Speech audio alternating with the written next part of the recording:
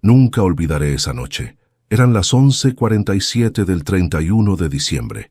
Las luces del árbol de Navidad parpadeaban con un brillo artificial y el aire estaba cargado del aroma de carne asada, vino barato y mentiras envueltas en risas. Mi hijo Pedro se levantó de la mesa con la copa en la mano y una sonrisa que no le conocía desde hacía años. Golpeó suavemente el cristal con una cuchara y gritó: un brindis por el viejo. Todos rieron, algunos con complicidad, otros con nerviosismo. Yo solo lo miré. No dije nada. Cuando el reloj marcó las 11:59, Pedro levantó la copa y pronunció las palabras que me atravesaron como un cuchillo. Un brindis por tu último año, viejo asqueroso. El silencio cayó de golpe. Alguien soltó una carcajada incómoda. Su esposa, Verónica, fingió toser para ocultar su sonrisa, y yo, con las manos temblando, simplemente sonreí. No por resignación, sino porque en ese instante comprendí algo que me tomó toda una vida descubrir. Hay ofensas que no se responden con palabras, sino con decisiones. Pero antes de continuar, me gustaría saber si te suscribiste al canal y si te gustó el video. Esto me ayuda a ver que me apoyas y disfrutas de mis historias. Déjame en los comentarios desde qué ciudad estás escuchando esta historia. Ahora, continuemos. El reloj dio las 12. Los fuegos artificiales llenaron el cielo. Los demás se abrazaban, brindaban, se deseaban felicidad, y yo observaba en silencio, sintiendo cómo algo dentro de mí se quebraba en 1000 pedazos. Pedro se acercó, fingiendo cariño. «Vamos, papá», dijo con voz pastosa por el alcohol. «No te pongas así. Era solo una broma». Lo miré con una calma que no sabía que tenía.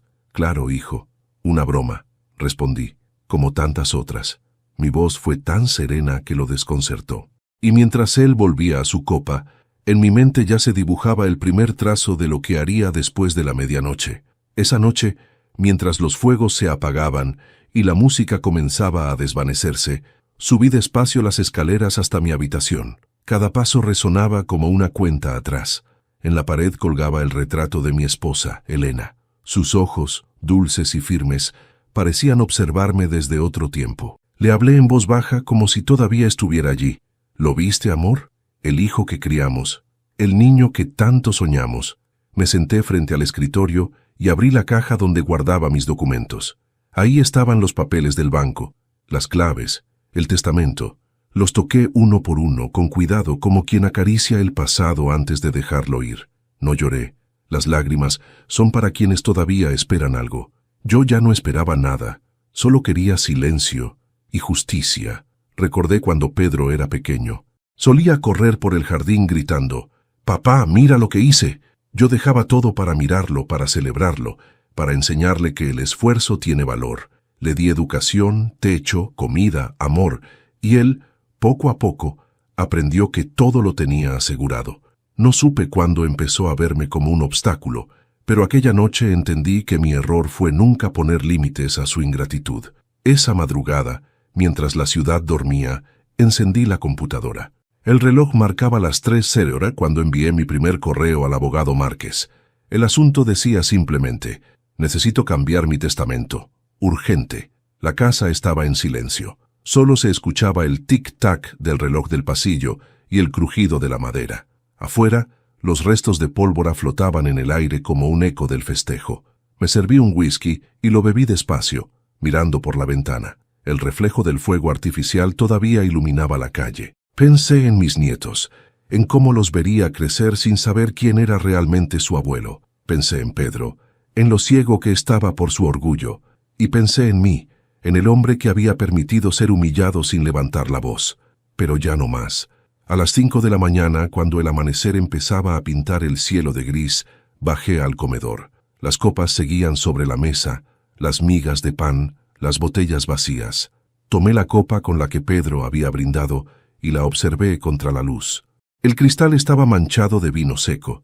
La levanté y susurré: «Por ti, hijo, por todo lo que perdiste», sin darte cuenta. Luego la dejé caer. El sonido del cristal rompiéndose fue el primer paso de mi venganza silenciosa. Al mediodía, cuando Pedro despertó con la resaca del exceso, yo ya había salido de casa. Le dejé una nota sobre la mesa. «Gracias por el brindis, hijo. Tenías razón. Este será mi último año, pero no el tuyo como crees. Papá. Conduje hacia el centro, respirando hondo. Por primera vez en muchos años, no sentía peso en el pecho. Sentía claridad, una calma peligrosa, de esas que solo se sienten antes de un cambio irreversible. El viento entraba por la ventanilla del coche, y en mi cabeza solo resonaba una frase: los que no valoran aprenden cuando ya no queda nada que tomar. Esa fue la primera vez que sonreí de verdad en mucho tiempo, y también la última vez que vi a mi hijo sin miedo. La mañana siguiente tenía un aire raro, como si el mundo entero hubiera envejecido de golpe conmigo. El sol se filtraba entre las cortinas, pero no traía calor, solo luz, una luz pálida, fría, que dejaba al descubierto el desastre de la noche anterior. Copas vacías, platos con restos de comida, risas muertas. El eco del brindis aún resonaba en mis oídos, más fuerte que los fuegos artificiales. Bajé las escaleras con paso lento. El reloj marcaba las 10. Pedro dormía todavía en la habitación de invitados, con el cuerpo tirado sobre la cama y el alma en otro lugar. Por un momento pensé en despertarlo, pero no para hablar. Quería verlo abrir los ojos y entender que algo había cambiado para siempre. Fui hasta la cocina. El olor a vino mezclado con perfume barato me revolvió el estómago. Puse café, ese café fuerte que siempre tomaba cuando necesitaba pensar con claridad. Y ahí, en ese silencio tan espeso que podía cortarse con un cuchillo, recordé algo que mi padre me dijo cuando yo tenía 20 años. Hijo, el respeto que das regresa, pero el que permites que te quiten nunca vuelve. Lo entendí tarde, sí, pero aún estaba a tiempo de actuar. El teléfono vibró en mi bolsillo. Era un mensaje del abogado Márquez. Don Francisco, puedo recibirlo a las 4. Asunto delicado, supongo. Respondí con un simple sí, y urgente. Guardé el teléfono, respiré hondo y me miré en el reflejo del microondas. Vi un rostro cansado con arrugas que ya no dolían, sino que contaban. Vi los ojos de un hombre que había amado demasiado y que por eso había sido pisoteado. Esa mañana supe que mi amor por mi hijo ya no sería el mismo. No porque lo odiara, sino porque había aprendido que el amor sin respeto se convierte en humillación. Cuando Pedro bajó, ya pasado el mediodía, lo hizo con una sonrisa cansada y los ojos hinchados. «Buenos días, viejo», dijo sirviéndose agua sin mirarme. «¿Dormiste algo?» «Un poco», respondí. «Ayer…» Se rascó la cabeza, nervioso. «Ayer me pasé con la broma. Estaba tomado», asentí. «Sí, no lo tomes en serio, ¿quieres?», agregó dándome una palmada en el hombro. «A veces digo estupideces». Lo miré en silencio. Él esperó una reacción. No la tuvo. «¿Ya está el almuerzo?», preguntó. «No tengo hambre». Se encogió de hombros y fue al refrigerador. Su desinterés dolía más que sus palabras. Ni una disculpa sincera, ni un atisbo de vergüenza. Solo el mismo aire de superioridad que lo envolvía desde que empezó a ganar más dinero que yo. Cuando se fue, cerré la puerta con cuidado. No la golpeé. El ruido hubiera sido innecesario. A veces, el silencio pesa más que cualquier grito. Pasé la tarde revisando documentos. Tenía una carpeta guardada desde hacía años con todo lo que había construido. Ahorros, inversiones, pólizas, propiedades.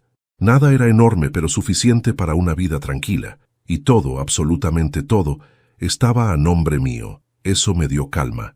Calma y poder, porque comprendí que al final, quien calla no siempre pierde. A veces está calculando. Saqué una libreta y comencé a escribir. No planes de venganza, sino cuentas claras. Lo que tenía, lo que podía mover y lo que debía proteger. Cada número era un ladrillo en el muro que empezaba a construir entre Pedro y mi vida. A las 3:30 me vestí con mi mejor abrigo, el mismo que Elena me había regalado en nuestro último aniversario antes de morir. Ella siempre decía que me hacía parecer un hombre de decisiones. Y esa tarde, por primera vez, supe que tenía razón. El camino hacia la oficina del abogado fue tranquilo. El tráfico era ligero y el cielo gris. Mientras conducía, mi mente repasaba los años perdidos. Recordé cuando Pedro me pidió dinero para su primer negocio y cómo vendí mi reloj favorito para ayudarlo. Recordé también cuando le presté para su casa y cómo nunca devolvió un centavo. Recordé sus palabras cuando murió su madre. «Ahora solo quedas tú, viejo. No me falles». Y ahí estaba el resultado. Él me falló primero. El despacho del abogado Márquez olía a madera y tabaco. Me recibió con una sonrisa amable. «Don Francisco, qué gusto verlo. El gusto será mío si todo sale como quiero». Nos sentamos. Le conté con calma lo ocurrido en la cena. No omití detalles. Su expresión cambió de sorpresa a indignación. «No sabe cuánto lo siento». «No se preocupe, Márquez», le interrumpí. «No vine a lamentarme, vine a actuar». Saqué de mi portafolio los documentos. «Quiero congelar mis cuentas, todas, temporalmente, indefinidamente, y necesito un nuevo testamento». Márquez levantó la vista, serio. «¿Está seguro de eso, don Francisco?» Nunca estuve más seguro de nada. Él asintió sin discutir. Sabía que cuando un hombre llega a mi edad con ese tono en la voz, no hay vuelta atrás. Salí del despacho con el corazón liviano. El sol ya se ocultaba, tiñendo el cielo de naranja. Por primera vez en años, sentí que recuperaba algo que había perdido, mi dignidad. El viento soplaba frío, pero no me molestaba. Era el viento del cambio, de la justicia. Cuando llegué a casa, encontré un mensaje en mi teléfono. Era Pedro. «Papá, se me bloqueó la tarjeta. ¿Tú sabes algo?» Sonreí. La primera ficha había caído. Apagué el teléfono y me serví otro whisky. Lo levanté hacia el retrato de Elena y murmuré: «Por ti, amor. Por fin. Descansaremos tranquilos». Esa noche dormí sin sueños. El silencio fue mi mejor compañía. Y aunque afuera los vecinos celebraban el nuevo año, yo sabía que el mío ya había comenzado mucho antes, justo cuando decidí no callar más. Dicen que el tiempo cura todo, pero no es verdad. El tiempo no cura, solo enseña a convivir con lo que duele, a esconder la herida detrás de una sonrisa, a decir «estoy bien», mientras por dentro uno se desmorona. Aquella noche, después de bloquear las cuentas y cambiar el testamento, no pude evitar mirar hacia atrás. No para justificar a mi hijo, sino para entender en qué momento el amor que le di se transformó en desprecio. Porque ningún hijo nace ingrato, se hace, poco a poco, con cada gesto que los padres dejamos pasar. Pedro nació en un invierno frío, uno de los más duros que recuerdo. Yo tenía apenas 26 años y Elena, 24. No teníamos dinero, pero teníamos ilusión. Cuando lo sostuve por primera vez, juré que haría todo lo que estuviera en mis manos para que nunca le faltara nada. Y cumplí esa promesa aunque me costara la espalda, las manos y los años. Trabajé en la carpintería de mi padre hasta que murió. Después, monté mi propio taller.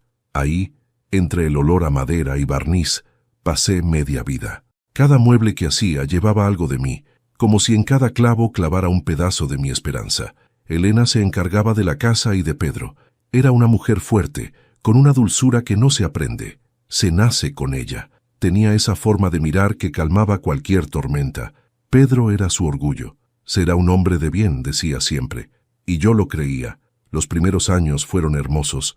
Pedro era un niño risueño, curioso, noble. Le gustaba verme trabajar. «Papá, enséñame a lijar», me pedía. Le daba una tabla pequeña y lo dejaba hacerlo, aunque la dejara peor de lo que estaba. Cuando terminaba, corría hacia su madre para mostrarle su obra, y ella, como buena madre, siempre lo aplaudía. Pero el tiempo cambia todo, incluso lo que creemos eterno. Cuando Pedro cumplió 15 años, el taller ya no le interesaba. Decía que olía a viejo. Empezó a pasar más tiempo con amigos que hablaban de autos, dinero y ropa de marca. Yo trataba de corregirlo, pero Elena me detenía. «Déjalo, Francisco», me decía. «Es una etapa. Pasará». Nunca pasó. La universidad lo alejó todavía más. Eligió administración porque, según él, no iba a pasar la vida respirando serrín. Yo asentí, orgulloso igual. Le pagué sus estudios sin decirle que había vendido mis herramientas más caras para hacerlo.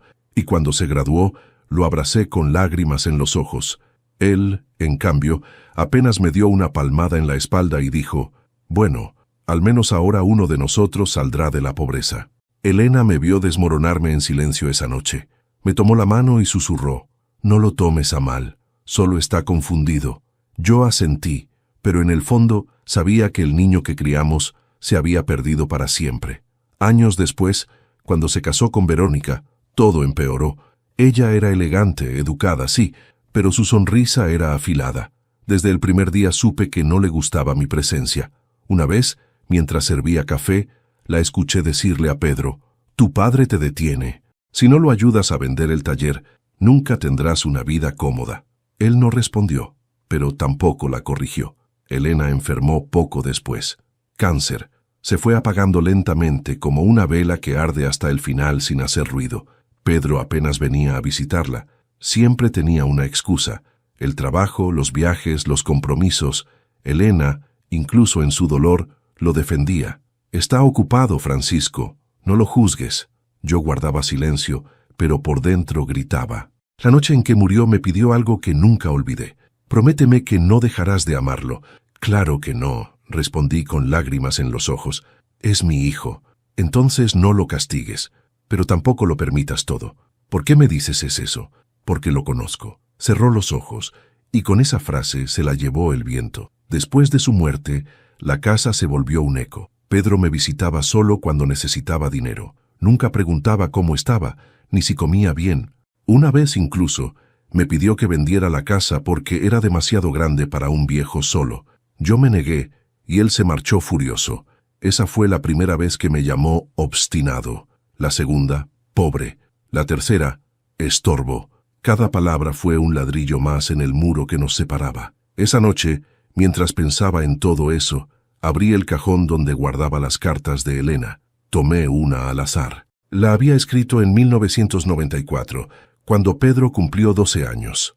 «Si algún día nuestro hijo olvida lo que somos, recuérdale quién fue. Dile que su madre lo amó incluso cuando se equivocó, y que su padre lo esperó incluso cuando lo hirieron». Sus palabras me quemaron las manos, porque sí lo había esperado, y me había equivocado al creer que algún día cambiaría por amor. El respeto no se pide, se enseña, y si no lo aprende a tiempo, la vida se lo cobra. Cerré la carta, la guardé y miré hacia el retrato de Elena. «Te fallé», le dije.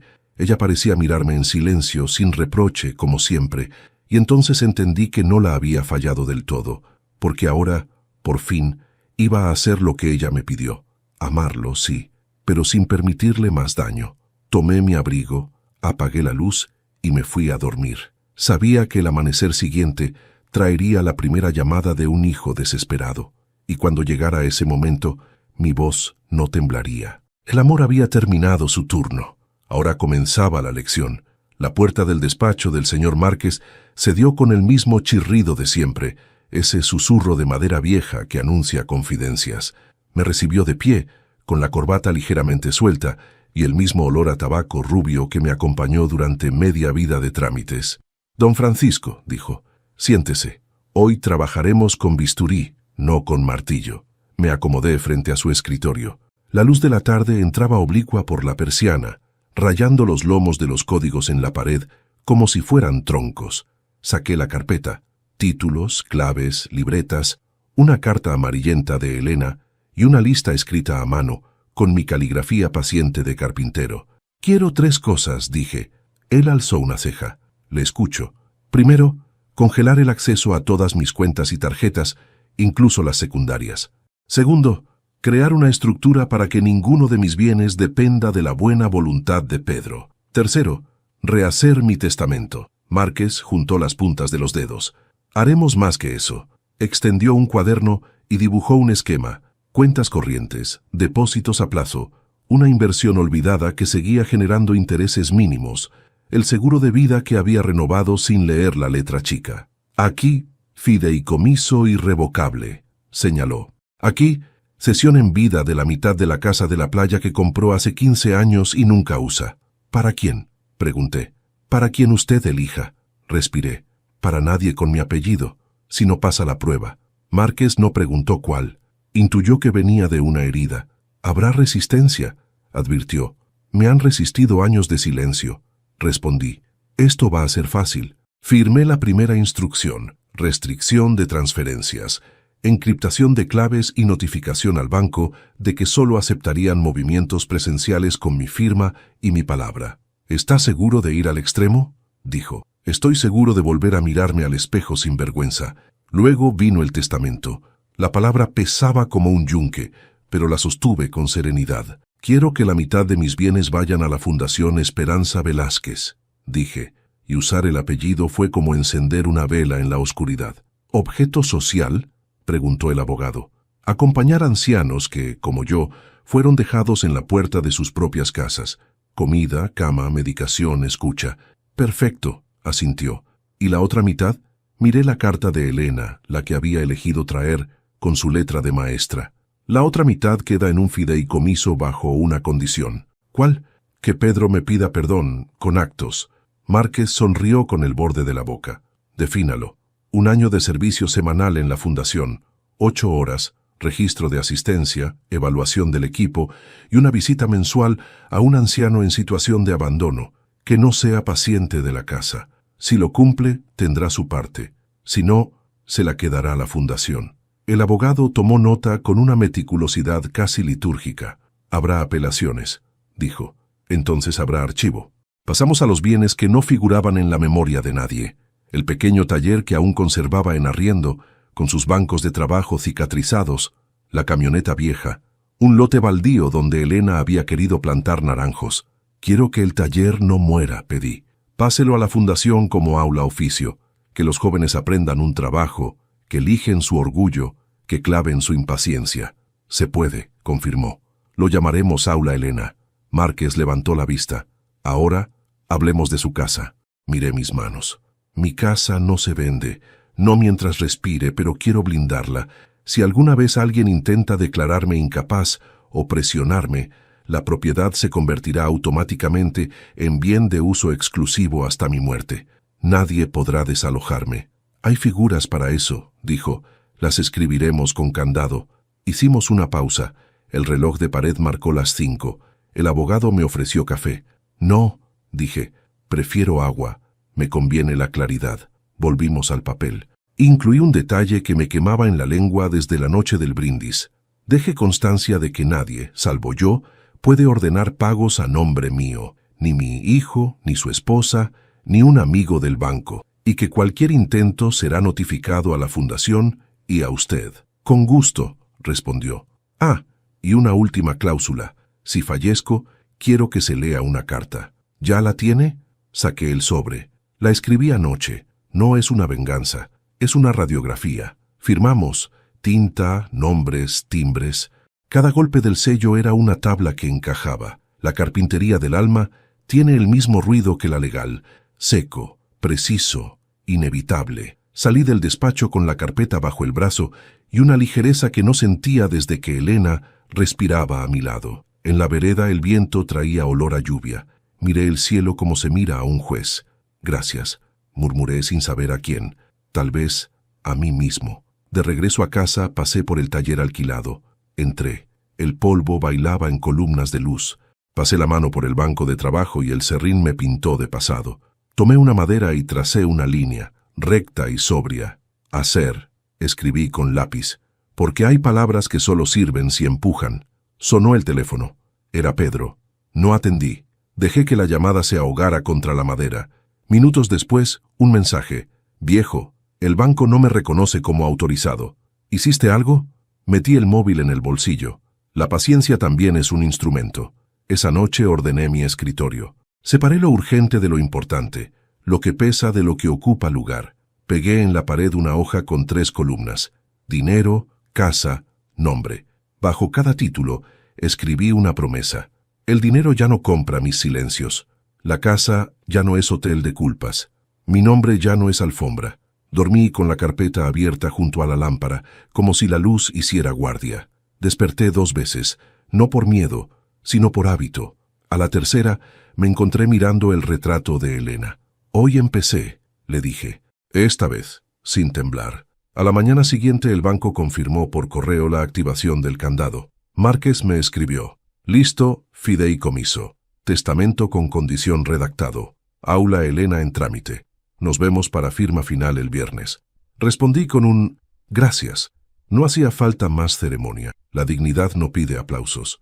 Cuando bajé a la cocina, la casa olía a pan tostado. Me hice café, abrí la ventana y dejé que el frío me mordiera las manos. El timbre sonó. Verónica, con gafas negras y un gesto afilado, estaba en la puerta. Necesitamos hablar, dijo. La miré como se mira a una corriente traicionera. Con mi abogado, cuando guste, respondí. Hoy mi casa es para respirar. Cerré. Apoyé la espalda en la madera y exhalé. No temblé. Era la primera vez que poner límites no me dejaba remordimientos, sino una extraña ternura por mí mismo. Volví al escritorio y tomé la carta que se leería si yo faltaba. La repasé. No quité ni una línea. La plegué y sellé con cera como aprendí en el colegio, cuando las cartas todavía viajaban con olor a tinta. La guardé en la carpeta de finales.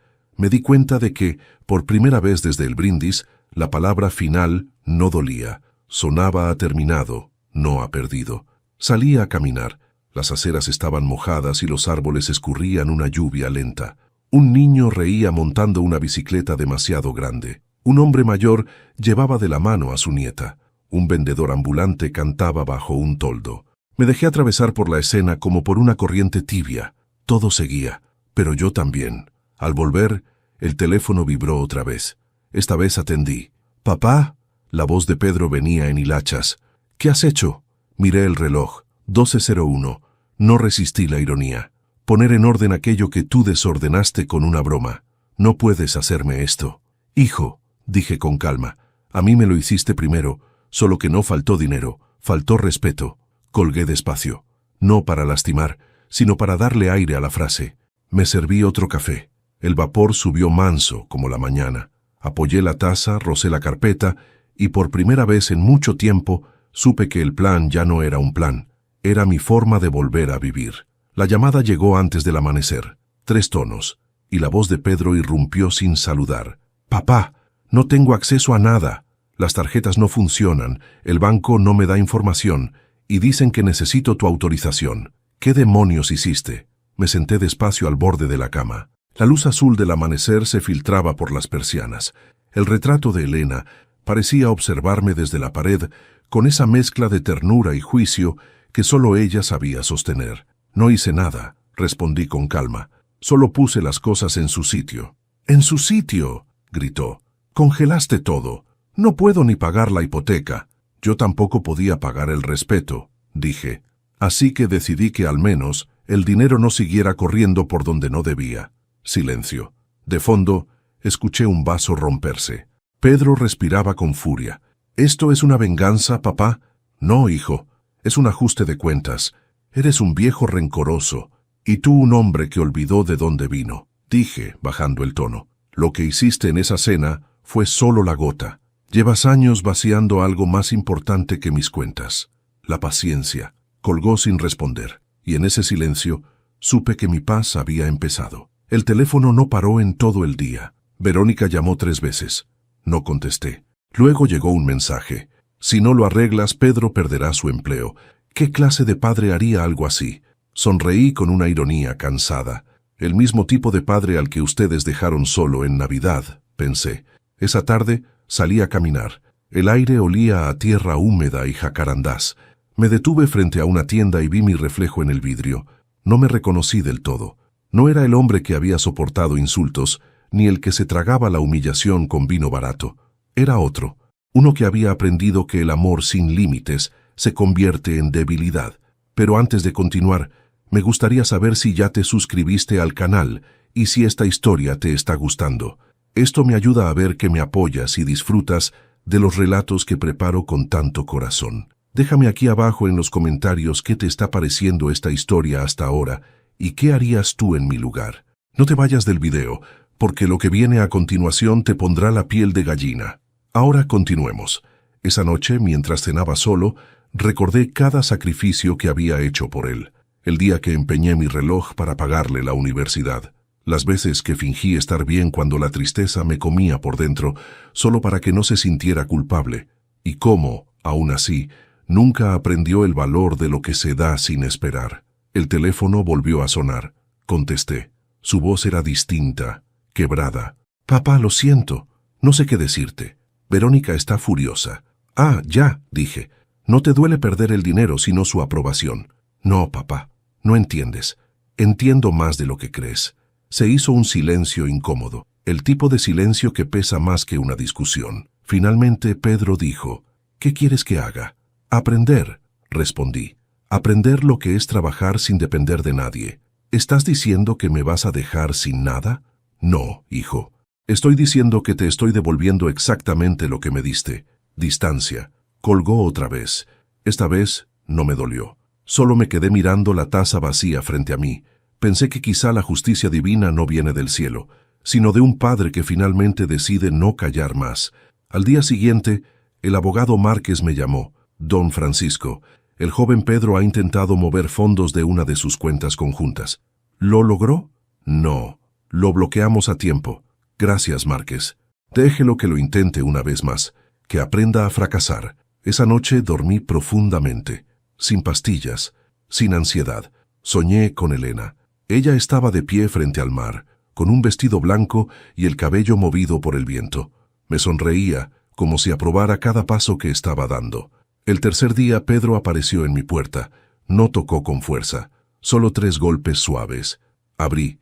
Estaba demacrado, los ojos hundidos, la barba crecida. «Necesito hablar contigo», dijo. Asentí. Nos sentamos en silencio. «¿Por qué haces esto?», preguntó finalmente. «Porque ya lo hiciste tú. Yo solo no pensé que te lo tomarías así. No te lo tomaste tú, Pedro. No te tomaste la vida de nadie en serio, ni la mía, ni la de tu madre». Él bajó la mirada. «No hables de mamá», dijo casi suplicando. «Ella estaría de acuerdo conmigo». «No, no lo estaría». «Entonces mírate, hijo. ¿Qué ves? Un hombre desesperado. Y yo veo a un niño que todavía cree que todo se compra». Pedro se levantó furioso. «Te estás vengando, papá. Esto no te hace mejor que yo». «No busco ser mejor, hijo», respondí con firmeza. «Busco dormir tranquilo». Me dejó solo con su rabia, y cuando la puerta se cerró, sentí que la casa respiraba conmigo por primera vez en años. Esa noche abrí la caja donde guardaba el reloj que alguna vez fue de mi padre. Lo sostuve en la mano. Seguía funcionando. Las manecillas avanzaban sin prisa, como recordándome que el tiempo no detiene a nadie, pero sí pone a cada uno en su lugar. Me serví una copa de vino y brindé solo, mirando el reflejo de la luna sobre el cristal. «Por la dignidad», dije en voz baja, «por el viejo asqueroso, que finalmente dejó de tener miedo. El orgullo tiene un sonido particular cuando se rompe. No hace ruido como un vaso ni estalla como un trueno. Se quiebra por dentro, silenciosamente, hasta que solo queda el eco del vacío». Y eso fue lo que vi en los ojos de mi hijo una semana después de aquella conversación. Un vacío que ya no intentaba disimular. Era martes cuando el abogado Márquez me llamó temprano. «Don Francisco, su hijo ha intentado nuevamente mover fondos». «¿Con ayuda de alguien?». «Sí, un conocido suyo del banco, pero lo rechazaron». «Gracias por avisarme», dije. «No lo denuncie, déjelo que aprenda». Colgué y me quedé mirando por la ventana. En la calle, una pareja discutía junto a un coche. El hombre gritaba, la mujer lloraba, y el viento se llevaba las palabras. Pensé que, en el fondo, el orgullo es igual. Siempre termina hablándole a la nada. Esa tarde, Pedro me llamó.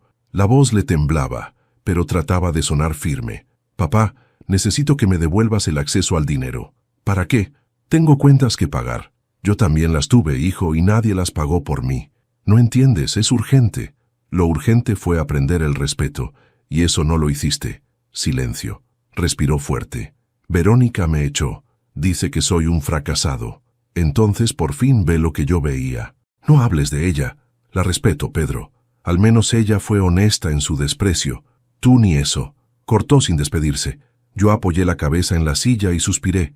A veces, castigar no duele en el gesto, sino en el corazón de quien lo impone. No había placer en verlo caer, solo una tristeza inmensa, como si castigara al niño que alguna vez soñé que sería. 2 días después, el timbre sonó a media tarde. Era Pedro. No traía traje ni corbata esta vez. Llevaba una mochila vieja, la barba descuidada y los ojos rojos. «¿Puedo entrar?», dijo sin mirarme directamente. «Pasa». Caminó hasta el comedor. Se quedó de pie, observando la mesa donde años atrás celebrábamos cada Navidad. «He perdido mi empleo», confesó con voz ronca. «Lo lamento». «No te burles, papá». «No lo hago. Lamento que haya tenido que llegar a esto para entender lo que valía». Se sentó, hundido en sí mismo. Verónica me bloqueó el teléfono. Dice que me busque la vida. «¿Y piensas hacerlo?», pregunté. «No tengo otra opción. Eso es un comienzo». Él me miró confundido. «¿No vas a ayudarme?». «Ya lo hago, hijo. Te estoy dejando caer lo suficiente para que aprendas a levantarte solo». Se levantó furioso. «Siempre fuiste así, ¿sabes? Frío, incapaz de demostrar cariño». No confundas cariño con permisividad. Tú solo me enseñaste a obedecer, a callar, y tú me enseñaste a arrepentirme de no haber sido más firme. ¿Eso crees que es amor, papá? No, es consecuencia. La voz se le quebró. Te odio. Eso es bueno, dije con calma. Significa que al menos todavía sientes algo. Golpeó la mesa, giró sobre sí mismo y se fue. La puerta se cerró con un golpe seco. Yo me quedé mirando la taza de té que se había enfriado. El vapor se había ido, pero el aroma seguía ahí, como los recuerdos. Esa noche no pude dormir. Me senté en la mecedora y miré las sombras proyectadas por la lámpara. Pensé en Elena, en cómo habría manejado ella todo esto. Seguramente con ternura, con esa paciencia que solo ella tenía. Yo no era como ella. Nunca lo fui. Miré el retrato sobre la chimenea. Perdóname, amor, susurré. No sé si estoy haciendo lo correcto, pero al menos estoy haciendo algo. El retrato parecía responderme con esa calma que tanto me faltaba. Al día siguiente, fui a la fundación que estábamos creando con Márquez. El lugar aún olía a pintura fresca. Había cajas con ropa, colchones nuevos, estufas por instalar. Un grupo de voluntarios jóvenes organizaba donaciones. Entre ellos, una chica de unos 25 años me ofreció una sonrisa. ¿Usted es el señor Velázquez? Sí. Mi abuelo siempre hablaba de usted. Dijo que le enseñó a hacer sillas. ¿De veras? Sí. Dijo que nunca conoció a alguien que trabajara con tanto amor por lo que hacía. Sus palabras me golpearon en el pecho como una caricia. Hacía años que nadie me hablaba así. Ese día entendí que uno no muere cuando el corazón se detiene, sino cuando deja de servir a alguien más. Esa noche, Pedro me llamó otra vez. Papá, dijo con la voz seca, estoy quedándome sin nada. Tal vez así encuentres lo que realmente te falta. ¿Y qué es eso? Vergüenza y humildad. Colgó, pero no con rabia, con resignación. Me quedé un rato mirando el teléfono, pensando en cómo el orgullo puede vaciar una casa más rápido que cualquier ladrón. El dinero se recupera. La dignidad no siempre. Fui hasta el taller viejo, ese rincón que aún conservaba mi olor y mis herramientas. Encendí la luz amarilla, tomé un pedazo de madera y comencé a lijar sin pensar. El sonido era hipnótico, constante, como una oración. Lijar, soplar, volver a lijar. Así se curan las heridas invisibles. El polvo se posaba sobre mis manos como nieve. Cada trazo era una forma de volver a empezar. Y mientras trabajaba, supe que la historia aún no había terminado. Pedro tenía que tocar fondo, y cuando lo hiciera, recién entonces entendería. Guardé las herramientas, apagué la luz y miré el banco de trabajo. Sobre la madera había escrito sin darme cuenta una frase con el dedo: el silencio también enseña. Sonreí, porque al fin y al cabo, eso era lo que yo había hecho toda mi vida, enseñar en silencio. Solo que ahora, por primera vez, el silencio tenía propósito. Y en medio de la soledad más profunda, descubrí algo que me estremeció. No estaba castigando a mi hijo, estaba devolviéndole la oportunidad de convertirse en un hombre. Hay noches en las que el pasado no golpea la puerta, se sienta a los pies de la cama y te mira en silencio esperando que lo reconozcas. Esa fue una de esas noches. El viento golpeaba los postigos y cada sonido parecía venir de otro tiempo. Intenté dormir, pero la mente no entiende de descanso cuando el corazón se llena de ecos. Fui hasta el salón y encendí la chimenea. El fuego chispeaba lento, iluminando los retratos que colgaban en la pared. Ahí estaba Pedro, con apenas 6 años, sonriendo con los dientes torcidos y la camisa fuera del pantalón. Elena lo abrazaba desde atrás y yo sujetaba la cámara. Era una imagen sencilla, pero contenía todo lo que fuimos: amor, esperanza y una promesa de futuro que, sin saberlo, nunca cumpliríamos. Me senté frente a ese fuego y dejé que los recuerdos salieran, uno tras otro, como si alguien hubiera abierto una caja vieja que guardé por demasiado tiempo. Recordé la primera vez que Pedro me llamó papá. Apenas balbuceaba. Yo había llegado del taller cubierto de aserrín y él corrió hacia mí con los brazos abiertos. Elena reía detrás con un delantal manchado de harina. Aquel papá salió torcido, imperfecto, pero fue la palabra más hermosa que escuché en mi vida. Años después, cuando empezó la escuela, lo llevaba de la mano. Caminábamos despacio, porque a él le gustaba pisar cada piedra del camino. ¿Por qué vas tan lento, hijo?, le preguntaba. Porque quiero que las piedras también tengan mi paso, me decía. Esa respuesta me marcó. Era un niño sensible, diferente, curioso. ¿Cómo pudo volverse alguien tan distante? Elena decía que los hombres se endurecen cuando el dolor los visita muchas veces, y creo que tenía razón. La vida no nos dio tregua, los problemas económicos, su enfermedad, el esfuerzo constante de mantener a flote un hogar con las uñas. Tal vez, sin darme cuenta, me volví más rígido, menos paciente, y Pedro, en su adolescencia, lo interpretó como frialdad. Una noche discutimos. Tenía 17 años. Me había mentido sobre el dinero que le di para un libro. Lo había gastado en ropa. Recuerdo su mirada desafiante cuando le reclamé. ¿Y tú qué sabes de lo que está de moda, viejo? Le di una bofetada, la única de mi vida. Él no lloró, solo me miró con los ojos llenos de rencor. A veces pienso que todo empezó ahí. Esa noche me culpé durante años. Elena trató de consolarme. Francisco, los hijos también prueban los límites. Sí, pero no debería haberle pegado. A veces, lo que duele no es el golpe, sino la distancia que viene después. Tenía razón. Desde ese día, algo se rompió entre nosotros, un hilo invisible que nunca volví a atar.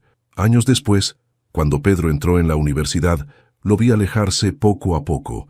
Las llamadas eran más cortas, las visitas más escasas.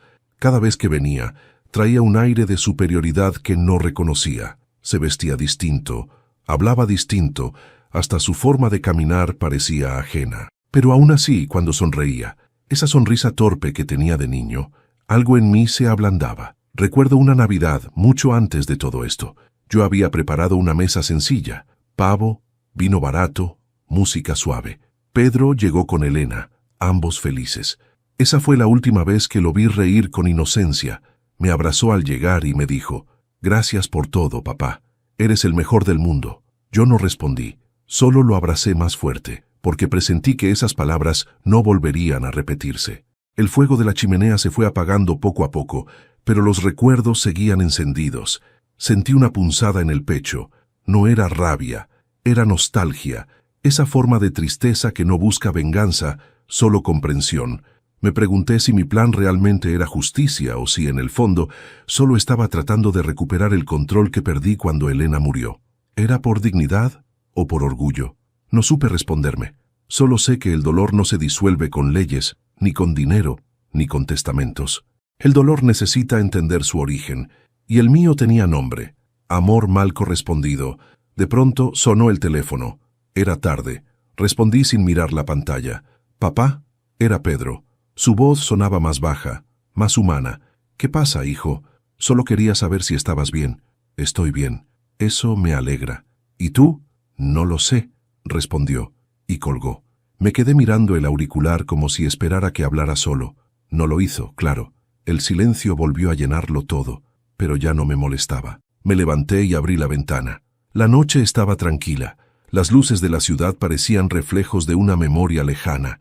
El aire frío me rozó la cara, y por un instante sentí a Elena a mi lado. Su aroma, su calma, su voz. Cerré los ojos y pude escucharla claramente. «No lo odies, Francisco. No destruyas lo que queda». Las lágrimas me vencieron, no las lágrimas del resentimiento, sino esas que purifican, las que traen alivio. Lloré en silencio, como quien limpia una herida vieja. Y entre sollozos le hablé al retrato. «Te prometo que no voy a odiarlo, Elena, pero tampoco voy a seguir siendo su sombra». Cuando me calmé, el fuego ya era ceniza. Tomé el reloj de bolsillo de mi padre y lo abrí. El segundero seguía girando con su precisión implacable.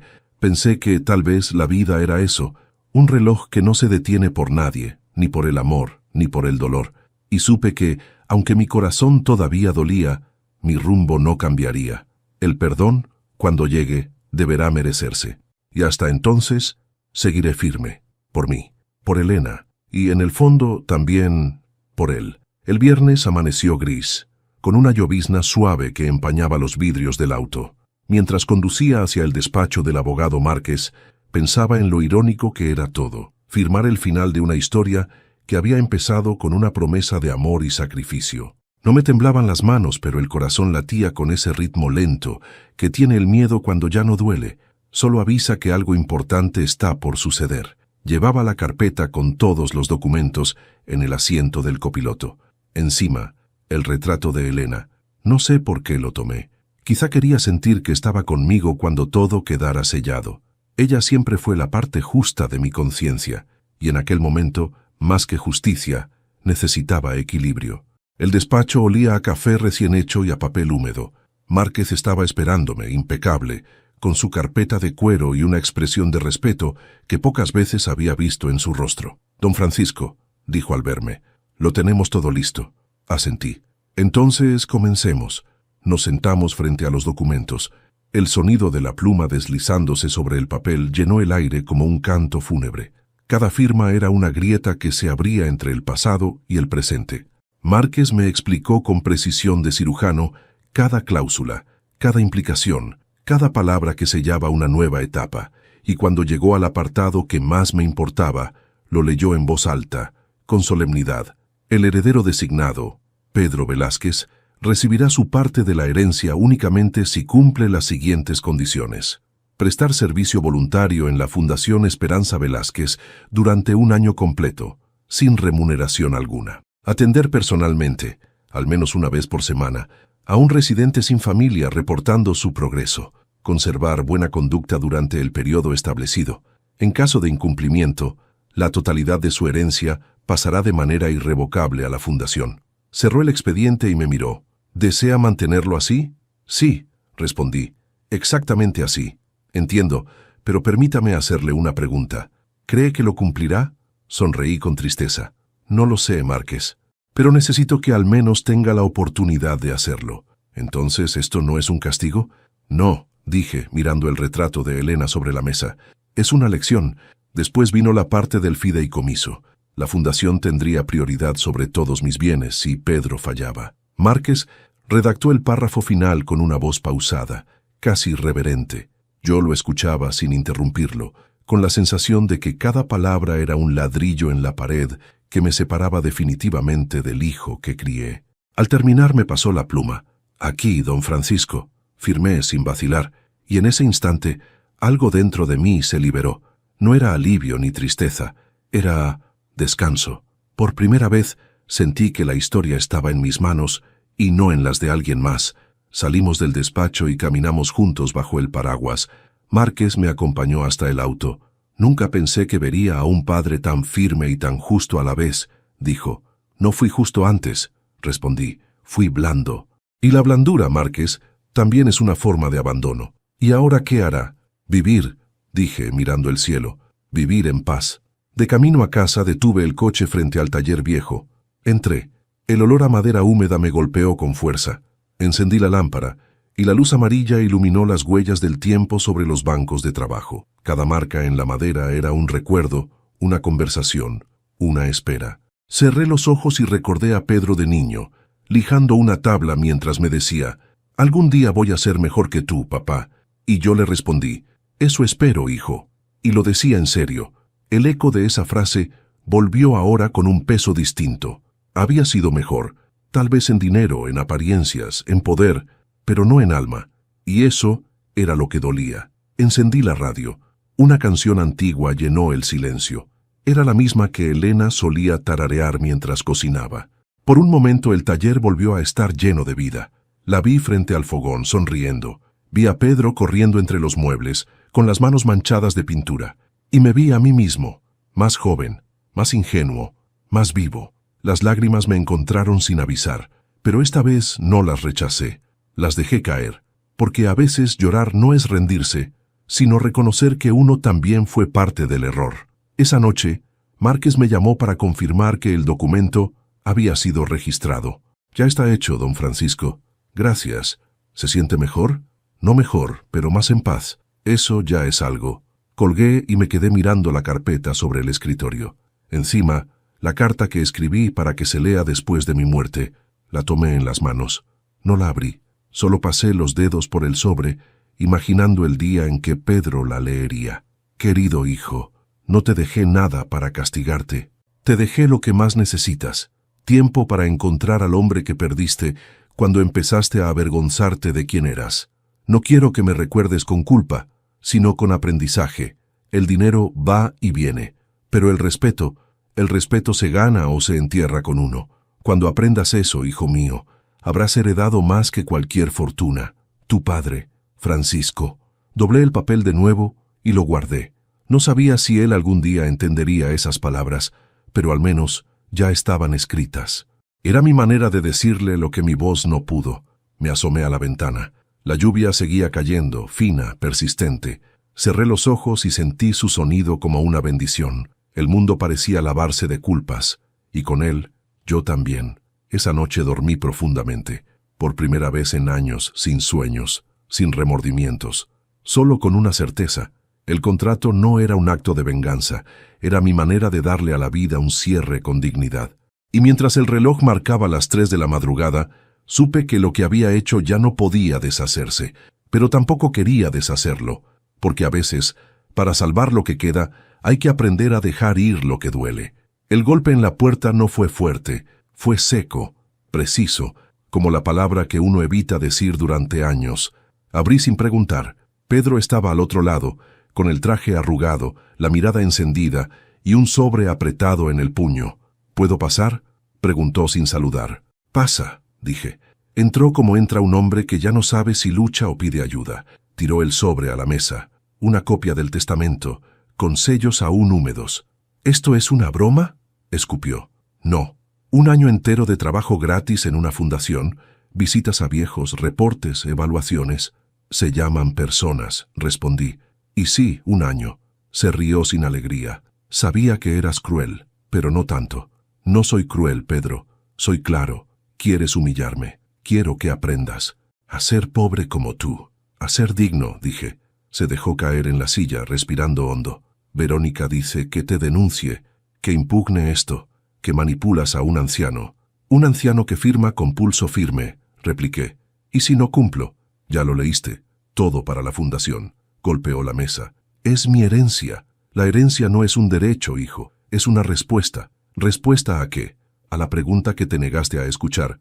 ¿Qué clase de hombre quieres ser? Se quedó mudo. El reloj marcó 3 segundos que pesaron como años. Fui al banco, dijo al fin. Márquez me cerró todas las puertas. Yo las cerré, aclaré. Él solo puso la cerradura. Caminó hacia la ventana. Afuera, la tarde era una sábana gris. Dices que no es venganza, murmuró, pero huele a castigo. Castigo es dejarte seguir como estás. ¿Y si trabajo ese año? Entonces habrás ganado más que dinero. No me hables en parábolas. Te hablo de manos con jabón y de escuchar historias a las que nunca diste valor. Se volvió hacia mí. Tenía los ojos húmedos. Siempre te creí frío, dijo. Ahora veo que estabas cansado. Estabas solo, corregí. Y en la soledad uno aprende qué palabras merecen dicho y cuáles merecen silencio. Abrió el sobre otra vez, como si las letras pudieran cambiar. Aquí dice que debo atender a un residente sin familia. ¿Eso lo pensaste para mí? Lo pensé para el niño que fuiste, el que quería que las piedras sintieran su paso. Ese niño sabría escuchar. El hombre que te comiste no. Se mordió el labio. No me hagas esto, papá. Me lo hiciste tú primero. Yo solo brindé. Brindaste por mi último año, y antes brindaste por cada minuto en que tu silencio me hizo invisible. Nos quedamos callados. Detrás de su respiración, oí los pasos de Elena en la memoria. Mamá no habría querido esto, probó. Mamá me pidió no odiarte y no permitirlo todo. Hoy cumplo las 2 cosas. Se hundió en la silla. Perdí el trabajo, admitió. Me pidieron resultados que no tuve. ¿De qué te sirvió tu apellido entonces? De peso, dijo, sincero. Fui a la cocina. Serví 2 vasos de agua. Bebe, le pedí. Te tiembla la voz. Te tiembla a ti también, contestó. A los 2 nos tiembla la vida, respondí. Abrió el expediente por la cláusula final. Leyó en voz alta. En caso de incumplimiento, la totalidad de su herencia pasará a la fundación. Así es. ¿Y crees que voy a limpiar pisos, cambiar sábanas, escuchar quejas durante 1 año? Creo que podrás escuchar agradecimientos, manos apretando las tuyas y silencios que devuelven humanidad. Me miró sin odio ni burla, con miedo. ¿Y si empiezo y no termino? Habrás empezado a entender y aún así perderás el dinero. Entonces es injusto. La justicia no es un trato, es una dirección. Guardó el expediente. Verónica me da a elegir, dijo. O rehaces esto o me deja. No debería elegir por ti. «Me conoces. Elegiré mal. Entonces aprende a elegirte». Rió pequeño, casi un quejido. «¿Cuándo dejaste de hablar como carpintero y empezaste a hablar como juez?» «Cuando me quedé sin madera y me sobraron astillas». Se levantó, paseó la vista por los marcos y por el retrato de su madre. Se detuvo allí. «¿Crees que ella me perdonaría?» «Ella perdonaba siempre. Yo te ofrezco otra cosa». «¿Cuál?» «Un camino». «¿Tanto te dolí?», susurró. «Más de lo que puedo decir y menos de lo que voy a permitir». Abrió la puerta y se quedó sujeto al picaporte. «Haré una cosa», dijo. «Iré mañana, 1 hora, solo para ver». «No vayas 1 hora», dije. «Llega a tiempo». Bajó la vista. «Si voy será por la herencia. Al principio. Si te quedas, no será por eso». Se marchó. No cerró fuerte. Dejó que la puerta encajara como un libro que promete lectura difícil. Me quedé con el vaso en la mano, oyendo el pasillo hacerse largo. El teléfono vibró. «Márquez». «¿Todo bien?», contesté. «Sí». Mucho silencio. El silencio también firma. Fui al taller. Encendí la lámpara. La mesa tenía polvo nuevo, como si el día hubiera dejado ceniza. Pensé en los verbos: lijar, ajustar, ensamblar. Un mueble no se sostiene por el barniz, sino por lo que no se ve. Una familia también. A la mañana siguiente, antes del sol, escuché 3 golpes en el pasillo. Secos, precisos. Abrí. Pedro llevaba una mochila y un gesto dispuesto. «No prometo nada», dijo. «Yo tampoco», contesté. «¿Vamos?» «Vamos». Caminamos en silencio hasta la calle. El aire olía a pan. Subimos al coche. Al girar la llave sentí la mano de Elena, no en el hombro, sino en el juicio. «¿Cómo se llama el lugar?», preguntó. «Fundación Esperanza», respondí. «Por tu madre», asintió. «Entonces», dijo bajito, «intentaré hacer honor al nombre». La ciudad bostezaba cuando doblamos hacia la avenida. El cielo tenía color de acero y al fondo una línea rosa empezaba a insistir. No era perdón, no era victoria, era comienzo. Apreté el volante con suavidad y respiré hondo. Pensé en la madera que se dobla sin romperse. Pensé en nosotros. Si el día tenía una enseñanza, era esta: avanzar sin ruido, sostener sin odio y esperar. Los primeros días fueron extraños. Pedro salía temprano y volvía con el rostro tenso, como si las horas en la fundación fueran un castigo físico. No me contaba nada, pero el silencio tenía otro peso. Ya no era arrogante, era cansado. Una tarde lo vi llegar con una camisa manchada de pintura y el cabello despeinado. Puso las llaves sobre la mesa y dijo sin mirarme: «Hoy pintamos un cuarto». Uno de los ancianos pidió el color azul porque le recordaba el mar. «¿Y tú qué hiciste?», pregunté. Le dije que nunca había visto el mar y él me respondió: «No importa, píntalo como si lo recordaras». Sonreí sin decir nada. Era la primera vez en años que Pedro repetía una frase con sentido, no con soberbia. Al día siguiente lo acompañé sin que lo notara. Me quedé afuera observando desde el coche. Lo vi empujar una silla de ruedas, escuchar con paciencia a una mujer que apenas podía hablar y sostener un vaso para que un anciano bebiera sin derramar. No era el hijo que había conocido, pero tampoco era el niño que había perdido. Era alguien nuevo, alguien en construcción. Esa noche me senté en el taller, con una taza de té y una sonrisa que no buscaba ocultarse. Pensé en Elena, en cómo habría llorado al verlo así. Siempre fue bueno, me habría dicho, y tal vez tenía razón. A veces el bien necesita tropezar para aprender a mirar desde el suelo. Pedro llegó tarde, con un cuaderno bajo el brazo. «Escribo los nombres de los que atiendo», explicó. «Así no los olvido». «Eso está bien. Hay uno que me llama muchacho, aunque podría ser mi abuelo. Tal vez quiere recordarte que aún puedes ser joven», le dije. Sonrió. Fue una sonrisa corta, tímida, pero sincera, y esa sola mueca valió más que todo el dinero que había perdido. Al acostarme, miré el techo y sentí una calma que no conocía. No porque todo estuviera resuelto, sino porque por fin algo había empezado a sanar. Comprendí que no existen castigos eternos ni heridas sin aprendizaje. A veces la justicia no está en lo que uno quita, sino en lo que ayuda a encontrar. Y aquella noche, antes de dormir, pensé que quizá el perdón no se dice con palabras, se demuestra lentamente, como una puerta que vuelve a abrirse después de muchos inviernos. Me dormí con esa imagen.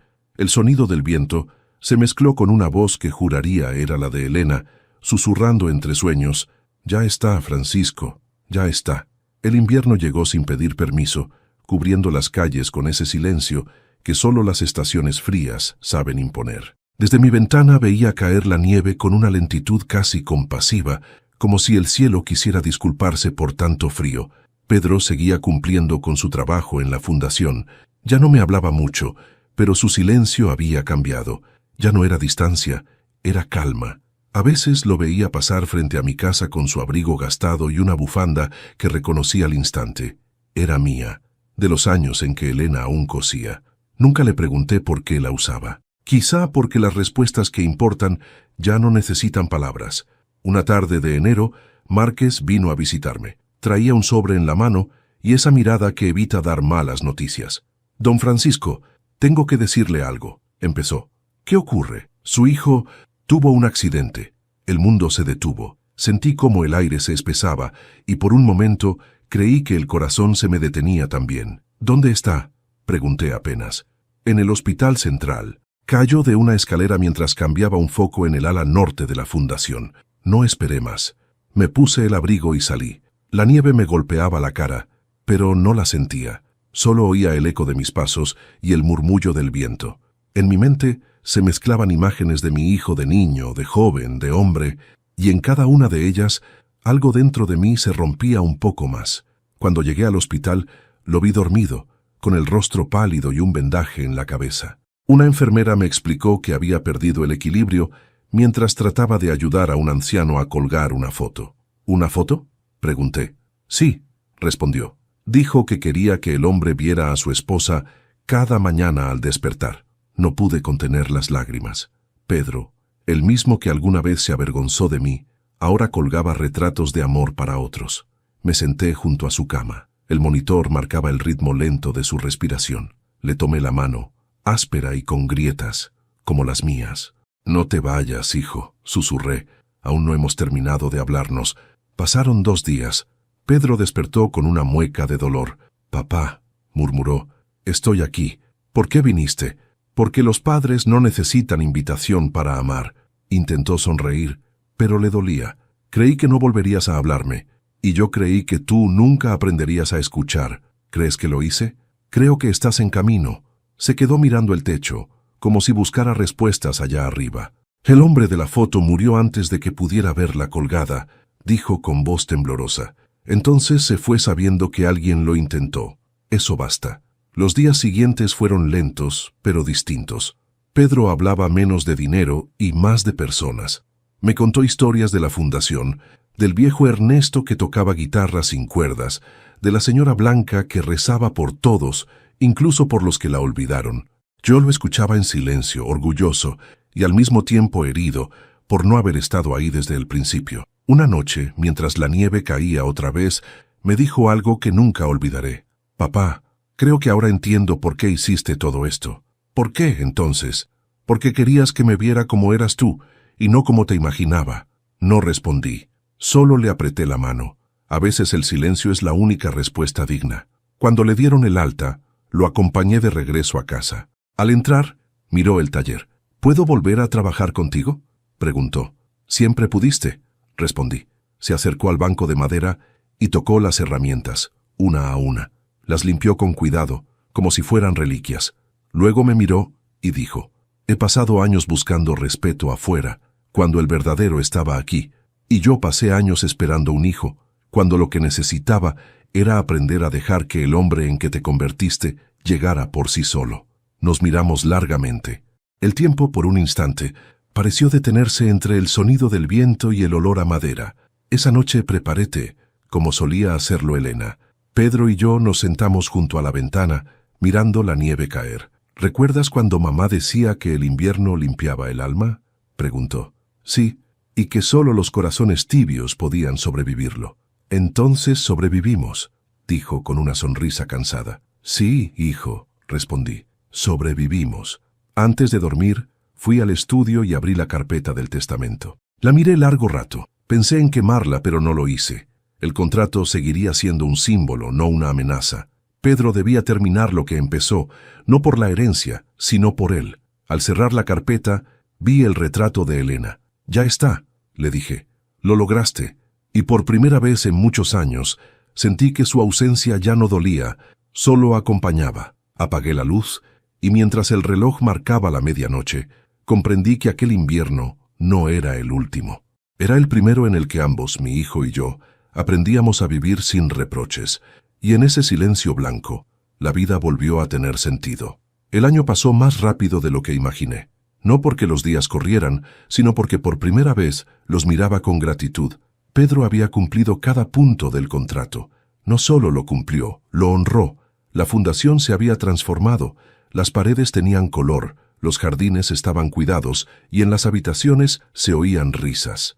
Los voluntarios hablaban de él con respeto. Decían que el hijo del fundador no pedía privilegios, que comía con todos y trabajaba más que nadie. Una mañana, Márquez vino a verme con una sonrisa. Don Francisco, su hijo ha completado el año. Según el documento puede acceder a la herencia. Lo sé, respondí, pero quiero que la reciba de mi mano. ¿Quiere que prepare los papeles? No, Márquez. Esta vez no habrá papeles. Esperé a Pedro en el taller. Era un día templado, de esos que anuncian la primavera. El aire olía a madera nueva y a café recién hecho. Cuando entró, traía una carpeta bajo el brazo y el rostro sereno. Márquez me llamó, dijo. Me dijo que hoy se cumple el año. Así es. Vengo a agradecerte, no a reclamar. ¿Agradecerme por qué? Por obligarme a mirarme en un espejo que no quería ver. Nos sentamos frente a frente. ¿Y qué viste?, pregunté. A un hombre que confundió orgullo con éxito y vergüenza con respeto. ¿Y qué harás con eso? Seguir aprendiendo. Me quedé mirándolo largo rato. El brillo en sus ojos era distinto. Había algo de humildad, pero también de fuerza. Era el mismo niño que alguna vez quiso que las piedras sintieran su paso. Pedro, dije al fin, hay algo que debo darte. Fui hasta el escritorio y saqué un sobre cerrado. Él lo tomó con cuidado. ¿Qué es esto? Tu verdadera herencia. Lo abrió. Dentro no había documentos, ni llaves, ni cheques. Solo una carta, escrita con mi letra firme. La desplegó y comenzó a leer en voz alta. Hijo mío, no te negué tu herencia. Te la entregué en la forma más difícil, el trabajo, la compasión y la paciencia. Lo material puede perderse, pero lo que has aprendido en este año, nadie podrá quitártelo. Si hoy decides aceptar lo que por ley te pertenece, hazlo con orgullo. Pero si eliges seguir en la fundación, entonces sabré que el hombre que crié, al fin, ha despertado. En cualquiera de los dos caminos, ya ganaste. Con amor, tu padre, Francisco. Cuando terminó de leer, guardó silencio. Solo se escuchaba el sonido de los pájaros afuera. Sus ojos estaban húmedos, pero no lloraba. Me miró con una calma que nunca le había visto. Papá, quiero quedarme. ¿En la fundación? Sí. No por obligación, por elección. Me levanté despacio y me acerqué a él. Le puse una mano en el hombro. Entonces acabas de recibir la herencia más grande que tengo para darte. ¿Cuál? Mi paz. Esa tarde fuimos juntos a la fundación. Los ancianos lo recibieron con aplausos. Una de las mujeres se levantó con dificultad y le entregó una caja de madera. Es un regalo para usted, joven Pedro. Él la abrió. Dentro había una pequeña figura tallada en roble. Era un árbol con raíces profundas y ramas extendidas. Dice el señor Ernesto que lo talló usted, don Francisco, dijo la mujer. Así es, respondí. Lo hice hace años, cuando aún creía que mis raíces estaban secas. Pedro me miró y sonrió. Entonces, este árbol es nuestra historia. Exactamente, dije, con raíces viejas y hojas nuevas. Al caer la tarde, el sol pintaba el cielo con tonos dorados. Nos sentamos en el banco del jardín sin decir nada. A veces, el silencio entre padre e hijo es el idioma más puro que existe. Pedro rompió el silencio. ¿Sabes qué aprendí este año? Dímelo, que el amor no se hereda, se aprende. Y tú, papá, me enseñaste de la forma más dura, pero también más honesta. No respondí. Solo le di una palmada en el hombro. Y en ese gesto, supe que todo estaba dicho. Esa noche, al volver a casa, abrí el viejo cajón donde guardaba mis recuerdos. Allí estaban mis herramientas, el reloj de mi padre y una foto de Elena. Le hablé en voz baja, como quien reza sin fe, pero con esperanza. Lo lograste, amor. Nuestro hijo ya no se avergüenza de sus raíces. Apagué la lámpara y miré el techo. Por primera vez, el silencio de la casa no me pesaba. Era un silencio lleno, completo, como un libro que al fin puede cerrarse. Pasaron los días. Pedro continuó en la fundación, pero ahora como coordinador. Sus manos, que antes solo conocían teclados y relojes caros, se acostumbraron al olor del jabón, del pan recién hecho, del esfuerzo sin recompensa. Una mañana lo vi salir con un grupo de jóvenes voluntarios. Cargaban cajas con comida y mantas. Cuando pasó frente a mi ventana, me saludó con la mano, y esa simple señal me bastó para entender que todo valió la pena. Al final, comprendí algo que debí saber desde el principio. No se hereda el dinero, se hereda el ejemplo, y cuando un hijo aprende a amar desde la gratitud, el linaje continúa, aunque los apellidos se borren. Mientras el sol se ocultaba detrás del taller, me quedé mirando el árbol que habíamos plantado juntos. El viento movía las hojas con suavidad, y en ese murmullo creí escuchar la voz de Elena, susurrando: «Ya puedes descansar, Francisco. Ya lo hiciste bien». Cerré los ojos y sonreí. Sí, lo había hecho bien, y con esa paz comprendí que la verdadera herencia no se guarda en cajas fuertes, sino en los corazones que aprenden a perdonar. Dicen que la vida, cuando está por cerrar su círculo, se vuelve más silenciosa. Y es verdad, ya no necesito levantar la voz para ser escuchado. El tiempo me enseñó que los gestos valen más que las palabras, y que el perdón no siempre se dice, a veces se respira. Hoy, mientras camino por el jardín de la fundación, veo a Pedro riendo con los residentes, preparando café, arreglando una silla vieja. Su risa ya no tiene la arrogancia de antes, tiene la paz de quien conoció la caída y decidió levantarse. Y yo solo observo. Cada vez que lo miro siento que Elena está aquí, en su forma de hablar con ternura, en la paciencia que nunca fue mía, en la manera en que escucha sin juzgar. Él heredó lo mejor de ella, aunque lo descubrió tarde, y eso me basta. He comprendido que los padres no somos eternos, pero las lecciones que dejamos sí pueden serlo. No se trata de dejar una fortuna, sino un legado que inspire, dejar un eco que recuerde. No importa cuánto te alejes, siempre podrás volver si aprendes a mirar con el corazón. Esta historia, que empezó con decepción y orgullo, termina con humildad y amor, no porque alguien ganara, sino porque los dos aprendimos a perder. Yo, el control; él, la soberbia. Y al final, lo que quedó fue lo único que vale la pena conservar: la familia. El taller sigue oliendo a madera, pero ya no hay tristeza en ese aroma. Solo gratitud. Gratitud por lo vivido, por lo perdido, y por lo que todavía queda por aprender. Cuando el viento sopla entre los árboles que plantamos juntos, cierro los ojos y sonrío. Siento que Elena me toma la mano y me susurra: «¿Ves, Francisco? Al final, el amor siempre vuelve a casa». Y tiene razón, porque el amor verdadero no se pierde. Solo se transforma en silencio, en paz, en herencia. Esta fue mi historia, una historia sobre el perdón, el orgullo y la redención. Una historia que me enseñó que no hay riqueza más grande que ver a un hijo volver a ser humano. Si esta historia te conmovió, te invito a suscribirte al canal, darle me gusta a este video y dejarme en los comentarios desde qué ciudad estás escuchando.